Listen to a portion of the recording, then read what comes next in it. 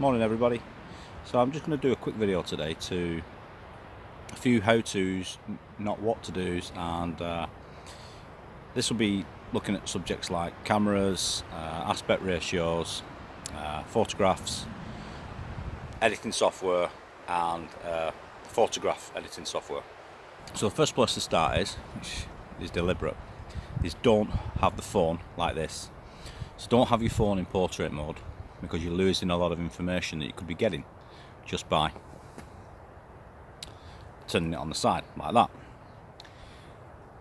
Now it's an easy mistake to do because it's just a habit that people get out the phone and take portraits of themselves, selfies, whatever it might be, if you're that way inclined. So the best way to tackle this is to just get used to getting the phone out on landscape mode. The second thing I want to tackle is the quality of the camera that you're using. So more often than not, I would imagine most people are using cell phones, mobile phones, and the cameras now are pretty good on them.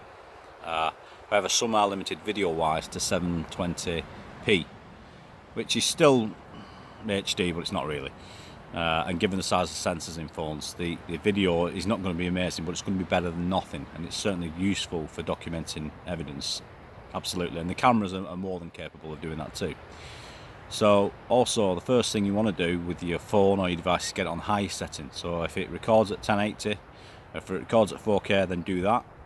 Just be wary that 4K memory will eat up all of your phone, unless you've got a relatively big card in there. I mean, if you're out all day filming, you could easily get 2-3 hours of footage, and that will fill your phone up no problem. So just be wary that while 4K is amazing, it's brilliant, there's much more data in there than normal HD, it is memory intensive. So the second thing I want to talk about today is frame rates for devices. So if you've got a camcorder, and it's a UK camcorder, it will work on the 25 frames per second system, which is called PAL. The iPhones and cell phones, mobile devices, usually work at 29.97, which can be troublesome if you're editing.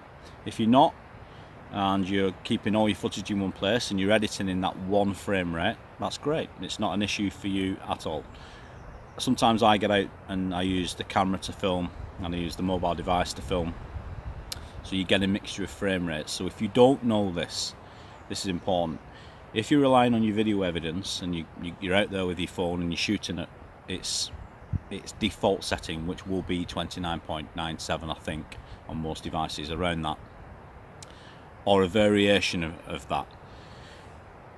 Whatever editing software you use, make sure that you output your video at the identical setting. If you output that at PAL or 25, then you're going to potentially cause yourself issues. Your video, to the untrained eye, it might not do, but if you're trying to use this for evidence and you want it to be as clean as possible, just basically output your video at the same source. So your source settings, you filmed it at 29.97, output it at 29.97. It's pretty standard. Also, along with the video is and your device, always make sure that it's set at the highest setting. So in regards to your camera particularly, because a lot of these phones, the newer phones, can capture really high resolution images, so make sure that you get those set at high resolution. For older cameras, obviously you want to do the same, but they won't, unless it's a good a DSLR camera. I don't know, you may be limited, but it's still, it's useful to get out there and do that. What's next? Yeah. So when it comes to editing your video, I don't know what editing software you guys use.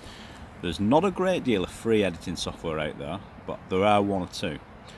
Now, the thing with these is, as I said earlier, just make sure that when you import the footage and you finish your edit, a lot of these free softwares won't let you output or render your final cut out at a high resolution, or a high bit rate, should I say.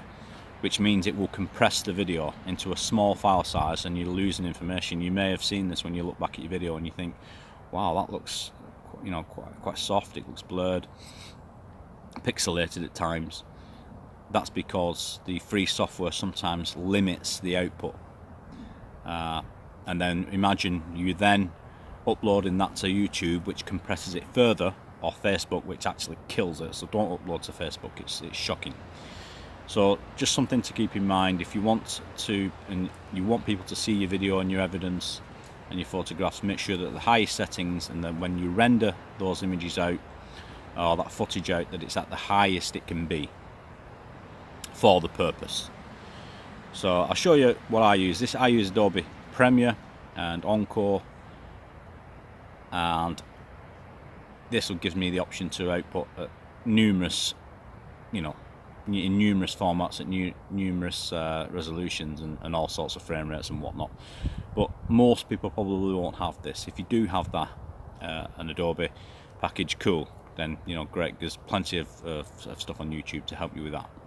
If you want to start editing your own images, now a lot of people rely on people in the group to look at their own images, and it can probably get quite frustrating. So what you want to do is download, either if you want to pay for it, which I think it's about £17 a month, you can download Photoshop CC, which is just a fantastic piece of software, and you can download that online. Another free software that used to be out there is called GIMP. Now if you want a GIMP, then order GIMP. That's free online, just download it, it's free, and it works very similar to Photoshop. It's just a different navigation system, that's all. So what do we do when we've got our images? Well, for now, most of us, what we're doing is uploading to Facebook, and Facebook will compress the hell out of your images. So what we need, specifically if it's something detailed, Facebook for the most part is suitable for tree structures and things like that. But if you're looking at potential prints, or you're looking at potential figures in the background, or orbs, or something, you know, that requires extra detail, then what we want to do is open a Flickr account. It's free. You can upload your images, and they will allow you to upload those images without compression. So whatever resolution you take those images at, everyone can go online and have a look at those images at that resolution and download them at that resolution with permission. So get a Flickr account, it's free, it's simple, it takes 2 minutes to do, and I suggest it's something that everybody should do in BBR. And even if you're not in the BBR, just do it, because it makes sense. It stores your images. What you might want to do is watermark your images somewhere. I mean, essentially you took the images anyway, so they're copyrighted to that degree. But if you really want to make an image your own, if it's something specific about that you want to keep as your own, and you want to make it obvious to everybody that you that's your image, then by all means make a watermark in Elements or Photoshop or GIMP, and it's easy to do. Just alter the transparency on a layer and just overlay it on top of the image, and there you go, Bob's your uncle. Anything else I wanted to do? Oh yeah, the next thing I wanted to look at is this.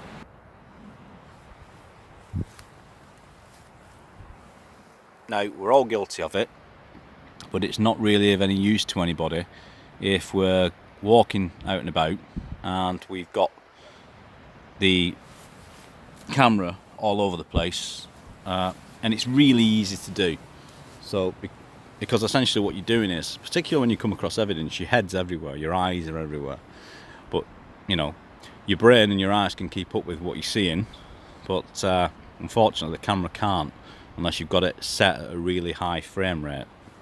So as I said earlier, most devices are around 30 frames a second, so if you're moving it like this and you're looking everywhere, you're going to get blurred pixels, and you're going to potentially miss something that you really might want to see afterwards. So I guess it's a simple advice, but just hold the camera steady. Just hold it with two hands, hold it in landscape mode like this, and just get used to just moving really slowly when you're filming. Just stand still for a second. stand still for a second, look around, hold your phone still, but look around with your eyes, and if you see something interesting, then move towards it nice and slowly. It's much easier for people to watch and less likely to leave you a nasty comment. I've had one or two of those myself. So, again, simple advice, but it's something that we all sometimes forget to do. I mean, particularly when you're walking, it's very hard to keep the camera still when you're walking, unless you're going to buy a stabilization unit. Now, for those interested in buying a stabilization unit for the phone, you can pick these up now. You can pick them up new. You can pick this one up here. This is a Xeon Smooth Q.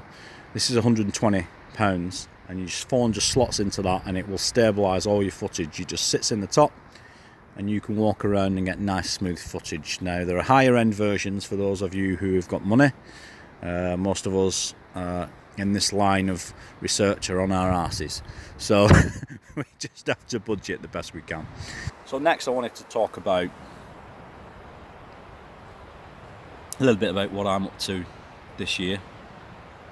Now, Elusive has sort of stalled filming over the winter period in regards to outdoor stuff anyway, just because the weather's been shocking.